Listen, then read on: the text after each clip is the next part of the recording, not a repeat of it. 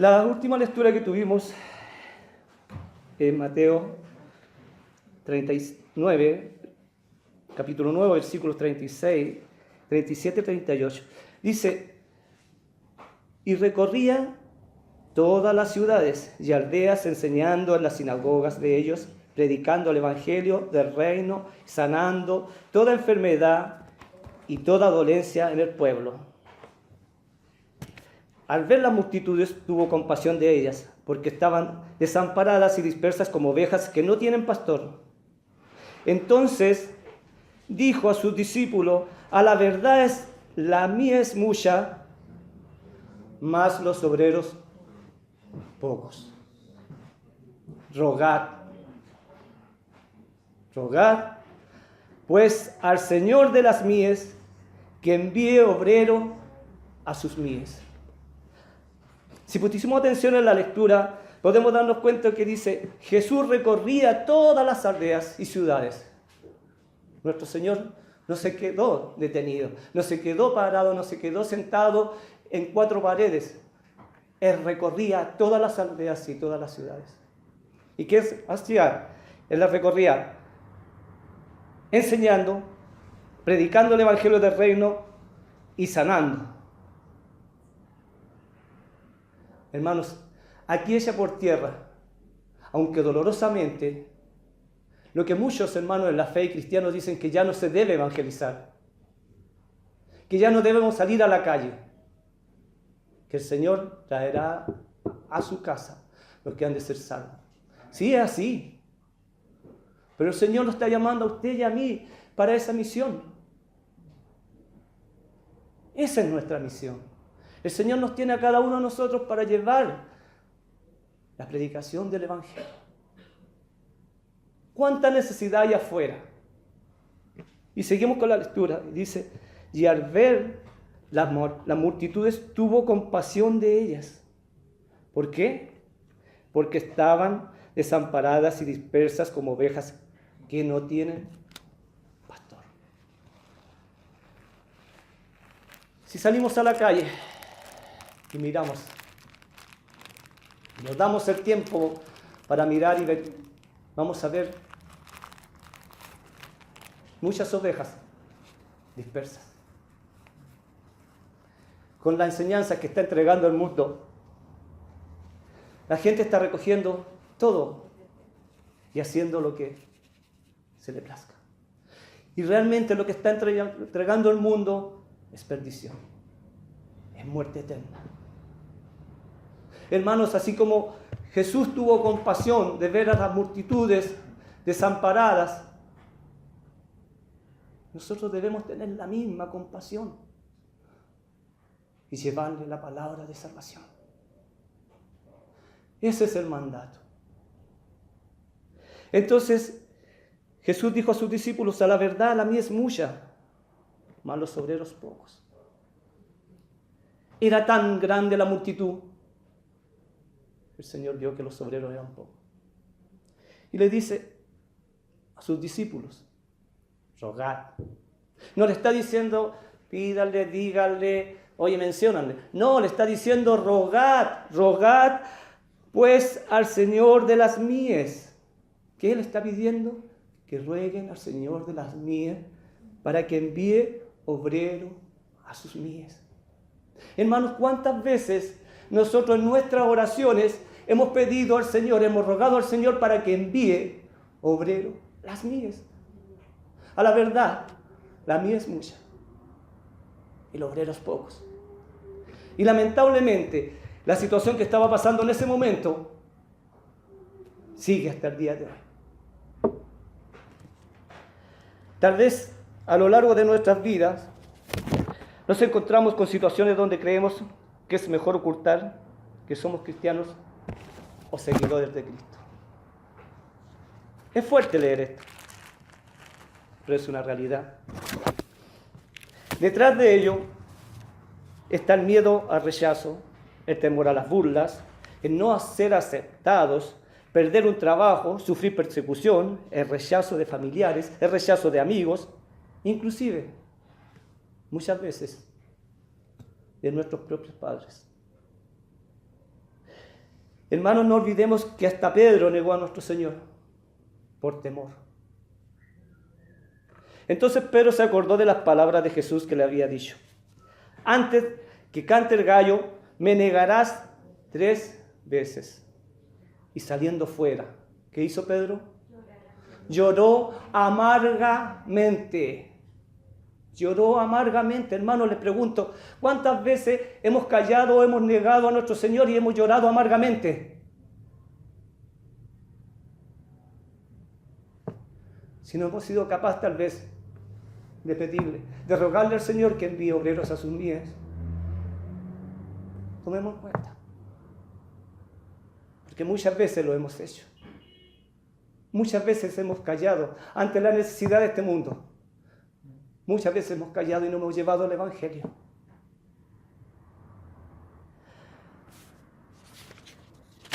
Me preguntaba mi hermano Rolando cuál era el nombre de esta predicación. En realidad no la tenía, o divagaba entre varios nombres porque es una de las que me costó más. ¿Cómo hubiese querido que fuera otro el nombre? Pero hoy la predicación de hoy día, si lleva un título, dice: presentando excusas para no llevar el Evangelio. Eso es lo que vamos a ver ahora. Hermanos, son muchos los cristianos que han preferido tomarse de esas situaciones, las que nombré anteriormente: el temor a las burlas, no ser aceptado, a perder un trabajo, sufrir persecuciones, rechazo de familiares, etcétera, etcétera, etcétera. Muchos han preferido tomarse de estas situaciones y ponerlas como excusas para no obedecer el mandato de nuestro Señor Jesucristo. Tal vez con alguna de estas excusas nos sintamos identificados. Yo soy el primero de ellos. Y les dijo: id por todo el mundo y predicar el Evangelio a toda criatura. Ese es el mandato. Si queremos ser agradables ante Dios, si queremos agradarle a Dios, tenemos que ser obedientes. ¿Cuánto estamos obedeciendo este mandato de nuestro Señor? Podríamos decir que todos estamos al debe. Todos somos desobedientes, tanto en este como en otros. La gran comisión es que prediquemos el Evangelio a todo, y es necesario que lo tengamos, eso es importante, hermano, que lo tengamos como algo constante y cotidiano en nuestras vidas, como seguidores de Cristo. No como una forma especial y de vez en cuando. Oh, qué rico, hicimos esto, salí a evangelizar. Hagamos fiesta. No, esto tiene que estar en nuestro ADN, tiene que estar en nuestros niños. Nosotros tenemos una gran deuda con nuestros hijos, con nuestros niños, con nuestra iglesia, con Dios. Por mucho tiempo hemos dejado de entregar el Evangelio. Por mucho tiempo lo hemos sentado en estas bancas, tal vez en este momento incómodas, pero hemos estado pensando por tener unas bancas más cómodas. Por mí que fueran bancas con espinas, hermano, para que no nos acomodemos en ellas y salgamos a la calle, donde está la necesidad, donde está el necesitado. No esperemos, hermanos, que la calle llegue a la iglesia, sino que la iglesia vaya a la calle. Es así. Nosotros como iglesia tenemos que ir a la calle, llevar el Evangelio, predicar su palabra, llevar las buenas nuevas. Ese es nuestro mandato. Es el mandato de nuestro Señor. Así como el apóstol Pablo le encarece a Timoteo, también estas palabras son para nosotros.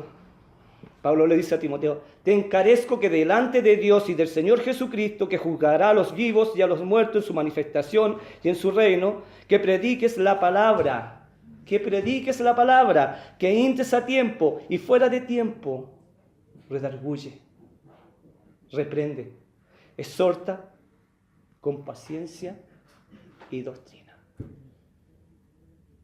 Esas palabras que eran para Timoteo.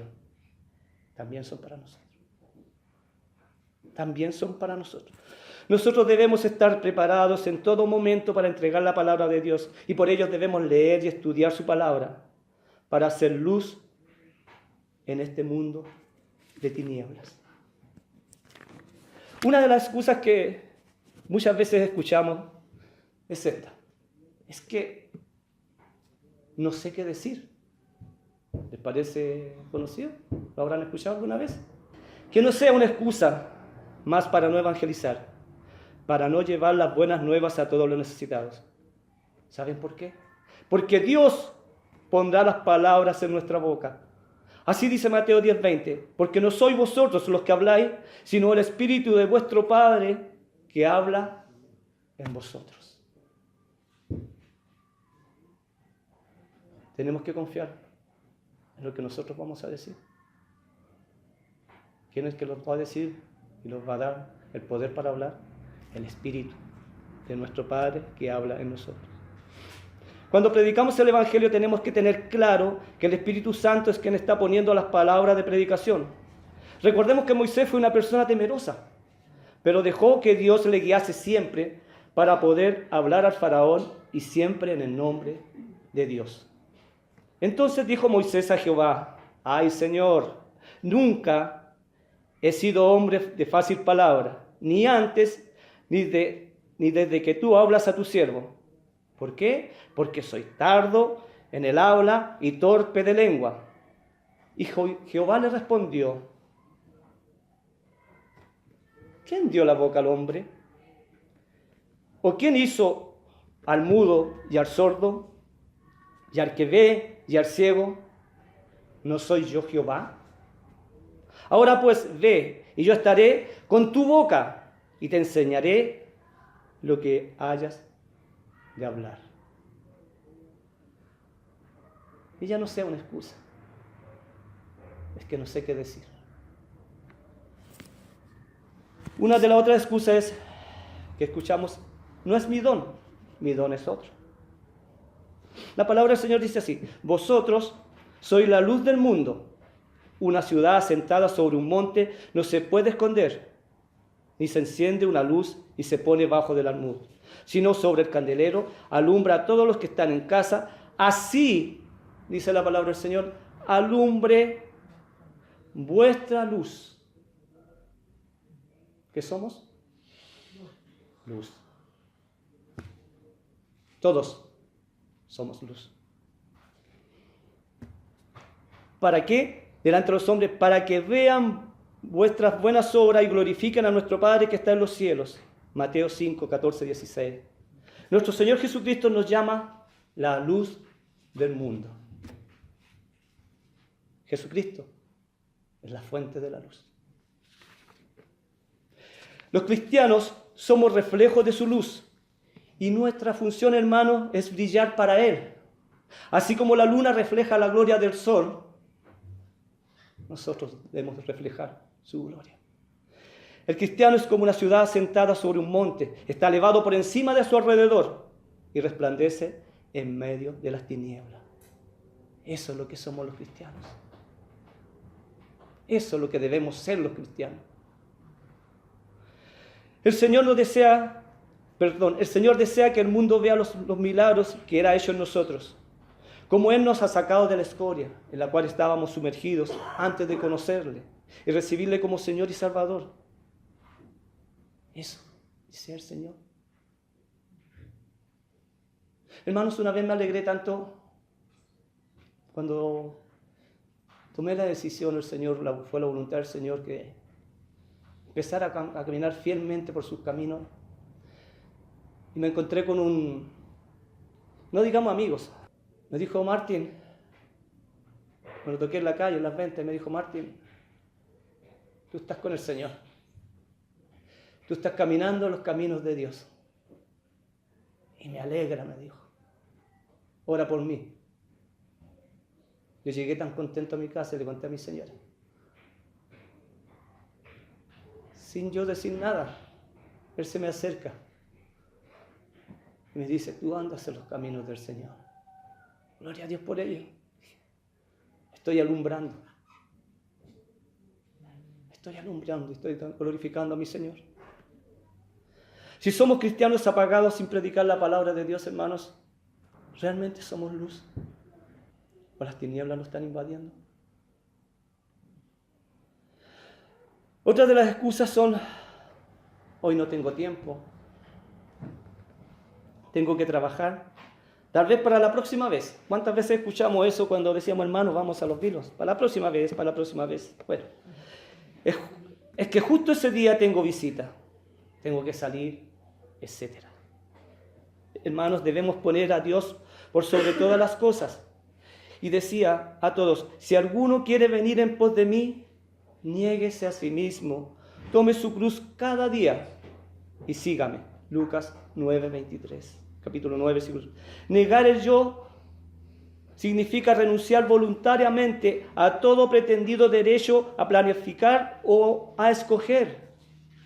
¿Se entendió la idea? La vuelvo a repetir. Negar el yo significa renunciar voluntariamente a todo pretendido derecho a planificar o a escoger. Ya no tengo derecho a planificar y a escoger. Debo reconocer su señorío en todas las áreas de mi vida. Dios primero. Inclusive en aquellos planes que nosotros muchas veces hacemos y no lo tomamos en cuenta. Lo dejamos de lado. Hacemos castillos en el aire, pero al último que acudimos a pedir su bendición, su consejo o su guía, es a Él. Si es que acudimos. Tomar la cruz es escoger deliberadamente la clase de vida que Él vivió. Y esto involucra, hermano, la oposición de seres queridos, el vituperio del mundo, que entre paréntesis significa censura. Aquí los chilenos le tenemos otro nombre, vituperio, o lo identificamos por otra cosa. Abandonar la familia, casa, tierras y comodidades de esta vida. Una total dependencia de Dios, obediencia a la conducción del Espíritu Santo. Muchas veces, tomar la cruz es un camino de soledad. Muchas veces sufrimos por causa de la justicia, calumnias y oprobios, derramar la vida por otros. Tomar la cruz significa la muerte al yo y al mundo. Tomar la cruz significa escoger deliberadamente la proclamación de un mensaje impopular. Este mensaje, el mensaje de buenas nuevas del Evangelio, no es un mensaje popular. ¿Cuántos evangélicos son bienvenidos? ¿O son bien recibidos cuando llevamos el mensaje? Hay muchos que no lo quieren escuchar. No somos populares. No crean que, hermanos, vamos a ser populares por entregar el Evangelio. Muchas veces nos excusamos porque sentimos temor o miedo a las persecuciones, ya sea laboral, social o religiosa. Tenemos que dar gracias a Dios que, bueno, hasta el momento, de cierta forma en nuestro país, no es tan fuerte esta persecución, aunque sí, ya está. Sí, ya está. No nos descuidemos. Hermanos, si olvidamos que el Dios que está con nosotros está como poderoso gigante. La palabra del Señor dice así: mas Jehová está conmigo como poderoso gigante. ¿Cómo está Jehová con nosotros? Como poderoso gigante. Así es, y así está con nosotros. Por tanto, los que me persiguen tropezarán y no prevalecerán, serán avergonzados en gran manera, porque no prosperarán, tendrán perpetua confusión que jamás será olvidada. Nosotros somos hijos de un Dios todopoderoso. Y en el momento que sentimos temor o miedo a la persecución, estamos minimizando el poder de Dios. Estamos haciendo a Dios pequeño y a nuestro temor grande. Hermanos, Somos seres humanos, sentimos temor. Pero si realmente conociéramos al Dios que tenemos y le creyéramos, no sentiríamos lo mismo, porque tenemos un Dios todopoderoso, gigante, como poderoso gigante a nuestro lado. Dios es todopoderoso y nada y nadie puede prevalecer contra nosotros. Hermanos y hermanas, tenemos un Dios inmenso y poderoso en el cual podemos confiar toda nuestra vida. Muchas veces el problema es que no le buscamos, por lo tanto no le conocemos realmente, ni si le conociéramos no tendríamos temor alguno, como decía recién. ¿Qué dice su palabra? ¿Qué pues diremos a esto? Si Dios es por nosotros, ¿quién contra nosotros? Romanos 8:31. Otra excusa es el miedo a lo que nos pueda pasar o hacer el hombre. La palabra del Señor nos dice, así que no los temáis, porque nada hay encubierto que no haya de ser manifestado, ni oculto que no haya de saberse. Lo que os digo en tiniebla, decidlo en la luz, y lo que os al oído, proclamadlo desde las azoteas. Y no temáis a los que matan el cuerpo, mas el alma no pueden matar. Temed más bien a aquel que puede destruir el alma y el cuerpo en el infierno. ¿A quién debemos temerle realmente, reverentemente? Aquel que puede destruir el alma y el cuerpo en el infierno. Un temor reverente que debemos tener. El Señor nos está diciendo que no debemos temer al furor asesino de los hombres. Lo peor que pueden hacer los hombres es matar el cuerpo. La muerte física no es una tragedia suprema para el cristiano. Morir, hermano, es estar con Cristo y es por tanto mucho mejor. Es la liberación del pecado, del dolor, de la enfermedad, del sufrimiento y de la muerte. Es el traslado a la gloria eterna. ¿Cuántos de los que estamos acá anhelamos estar en ese lugar? Amén, ¿cierto? Predicar la palabra de Dios no debe ser temor para un cristiano. Si miramos, hermanos, cuáles son las consecuencias de que prediquemos, veremos que todas son positivas, tanto a la persona que le predicamos como para nuestra vida. Así que despojémonos de todo temor, porque nada ni nadie tiene autoridad sobre nosotros. Tal vez otra excusa para no salir a entregar el Evangelio es, ¿para qué ir si nadie nos escucha? Hermanos, aunque creamos que nadie nos escucha, siempre queda la semilla sembrada. Y aquí está el versículo de Isaías 55, 10 y 11, y dice, porque como desciende de los cielos la lluvia y la nieve, no vuelve allá, sino que riega la tierra y la hace germinar y producir, y da semilla al que siembra y pan al que come, y así será mi palabra, dice el Señor, que sale de mi boca, y no volverá ya vacía, sino que hará lo que yo quiero, y será prosperada en aquello para que la envíe. La palabra de Dios es tan irresistible y eficaz que cumple todos sus propósitos. La palabra de Dios nunca fracasa en conseguir sus objetivos. Es tan poderosa que si pudiéramos, hermanos, imaginarnos, así como dice, aunque se juntara, Señor, así como desciende, podríamos llegar a imaginarnos todo el ejército del mundo, todo un ejército del mundo tratando de parar la lluvia. Imaginémoslo, vamos a ver, imaginemos un poquito, usemos nuestra imaginación, todos los ejércitos del mundo, los que hemos estado en el sur o los que conocemos el sur y como yo en el sur, imagínense, ¿podría ser capaz de detener la lluvia? Aunque se juntaran todos los ejércitos y todos los hombres del mundo. No puede ser. Más, aunque quisieran hacerlo, hermanos, no podrían. Porque de todas formas, llegaría esa lluvia, esa bendición a la tierra. Y el Señor hará germinar esa semilla que tú y yo sembramos o esparcimos aquel día.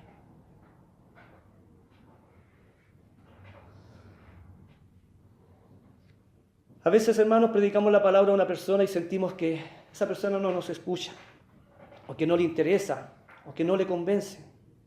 Pero no debemos preocuparnos por ello, porque la semilla, la palabra de Dios, que sembramos o esparcimos muchas veces sobre la tierra, es el Señor el que le da crecimiento. No usemos como excusa. Si nadie nos escucha, ¿para qué ir? Estamos llamados a llevar esa semilla, a proclamar el Evangelio. Nuestra elocuencia no convierte, no quebranta corazones. Es la palabra de Dios. Y es Dios en sí mismo el que hace la obra. Porque si nosotros tuviéramos capacidad para hacerlo, wow, yo creo que no estaría aquí parado, sino que estaría más arriba del techo con mi vanagloria. Oh, yo, Juan Martín, gracias a mí se convirtieron tantos. ¿Por qué pasa, hermanos? ¿Por qué pasa? Pero nunca debemos olvidar que nosotros somos simples obreros. Y el Señor es el que da el crecimiento a esa semilla. Hermano, no te excuses. Quiero que te entiendan, no te excuses, porque hoy hay necesidad de predicadores. No hay ninguna excusa de esta que tú debes tomar. Porque como leíamos en el texto, que Jesús recorría todas las ciudades y ardía enseñando, predicando y sanando, y al ver las multitudes tuvo compasión de ellas. ¿Pero qué hizo él? Le dijo a sus discípulos: rogad pues al Señor de las mies que envíe obrero a sus mies. No hay excusa, hermanos. No podemos decir, eso es tarea del pastor, que lo haga los evangelistas. No, que fueron, a uno le dio un don, a otro le dio otro, y aquí constituyó. Sí, bien, el Señor lo hizo. Pero eso no nos quita ninguno de nosotros a obedecer la palabra de Dios y el mandato supremo que dice la gran comisión, ir por todo el mundo. A ninguno nos libera de ello. Estamos todos somos luz. Y cada uno de nosotros somos responsables de llevar el Evangelio, ya sea en forma personal y como iglesia. Es lo más hermoso, entregar el Evangelio como iglesia. Que la gente nos conozca, que la gente sepa lo que realmente hizo Dios en nuestra vida, de dónde nos sacó, dónde estábamos y lo que somos hoy. Y hoy somos lo que somos por la gracia de Dios, solamente por ello.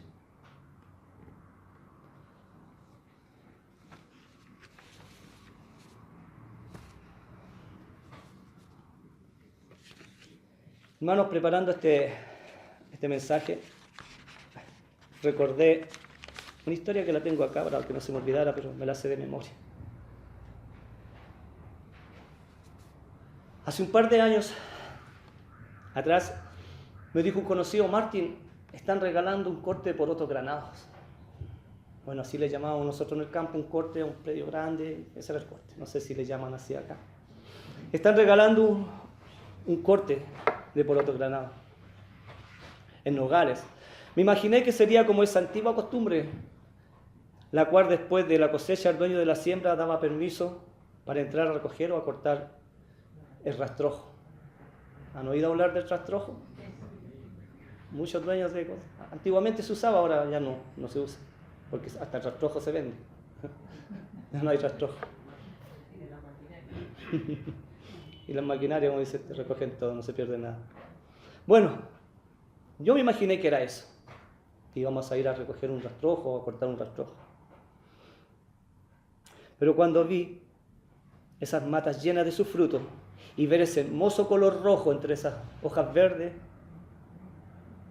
era evidente que estos frutos estaban listos para la cosecha.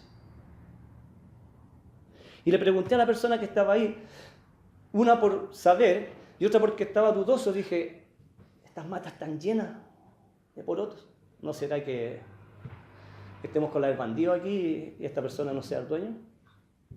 O estemos metiéndonos y llegue el dueño y llegue la policía. Entonces me acerqué al caballero y le dije: ¿usted es el dueño? Sí. ¿Le puedo hacer una pregunta? ¿Por qué usted está regalando este corte si no es un corte pequeño y las matas están llenas? Era casi una hectárea de porotos granados. Y su respuesta fue sorprendente, hermanos. ¿Sabe lo que me dijo? Hace muchos años atrás. Porque no encontré trabajadores para la cosecha. Llegaron solo un par de trabajadores y no alcanzamos a cortar toda la cosecha. Y mañana temprano llega el tractorero con la rastra y arrastrará con todo. Y se perderá todo. Uy, qué fácil poder enlazar esta historia con lo que el Señor está diciendo. A la verdad, hermanos, la mies era mucha y los obreros que llegaron esa vez fueron pocos. ¿Y cuál era el destino de esa cosecha?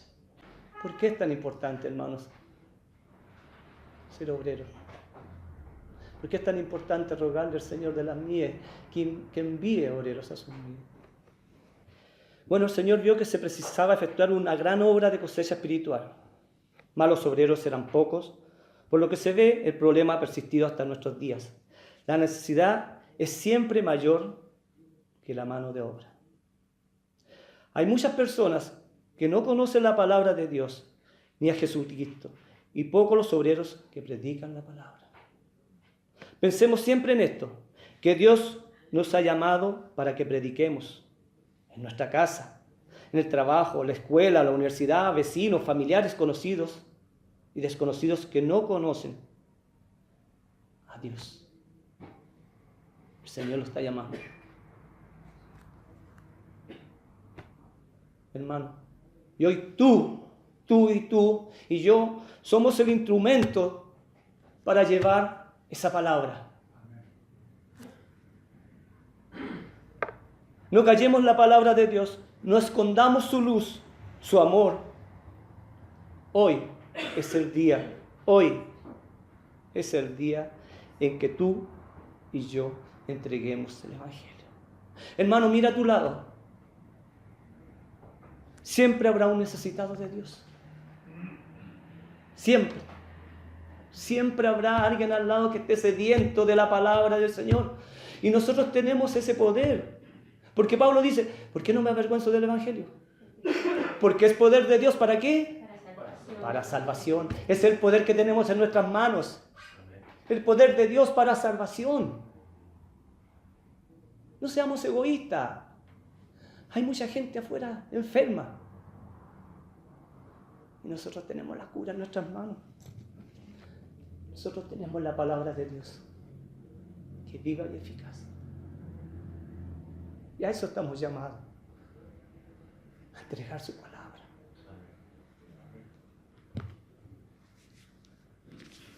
En conclusión, para ir concluyendo, como escuchamos y leímos, no hay excusas para no predicar o llevar el Evangelio al necesitado. Es un mandato de Dios. Si queremos agradarle, tenemos que obedecerle. El Espíritu Santo pondrá palabras en nuestra boca. Somos sal y luz en este mundo de tinieblas. Es un mandato para todos sus hijos. Dios siempre debe estar primero en todas las cosas. Debemos negarnos y morir al yo, hermanos. No debemos temer, porque tenemos un Dios grande y todopoderoso. Debemos confiar en el poder de la palabra de Dios y creerle a Dios, hermano. Hay una gran diferencia entre creer en Dios y creerle a Dios. ¿Le creemos a Dios? Amén. Amén. Eso es importante, creerle a Dios. Y a la verdad, la mies es mucha y los obreros pocos. Rogar al Señor de las mies que envíe obreros a las mies. Y ruega, hermano, roguemos, hermano, que ese obrero seas tú. Que seas tú. En el día de hoy, que seas tú. Ruega al Señor, dice, rogad al Señor que envíe obreros a sus mies. Hermano, ojalá este mensaje, con toda la deficiencia que haya podido tener, porque tiene, porque soy una persona limitada, haya podido tocar tu corazón, así como toca el mío grandemente. Ustedes conocen, hermano, que lo que me llena de gozo es entregar el Evangelio. Y es algo que día le decía a mi señora que no pude estudiar lo que preparé, porque cada vez que trataba de estudiarlo, me pasaba esto. No puedo aguantar. Y no puedo escribir ese gozo tremendo que el Señor ha puesto en mi corazón. Perdóname, hermano. Como me dijo el pastor el otro día, hermanos, no nos olvidemos jamás que Dios nos llama a los capacitados, sino que capacita al que llama. Y hoy te está llamando a ti. Hoy me está llamando a mí.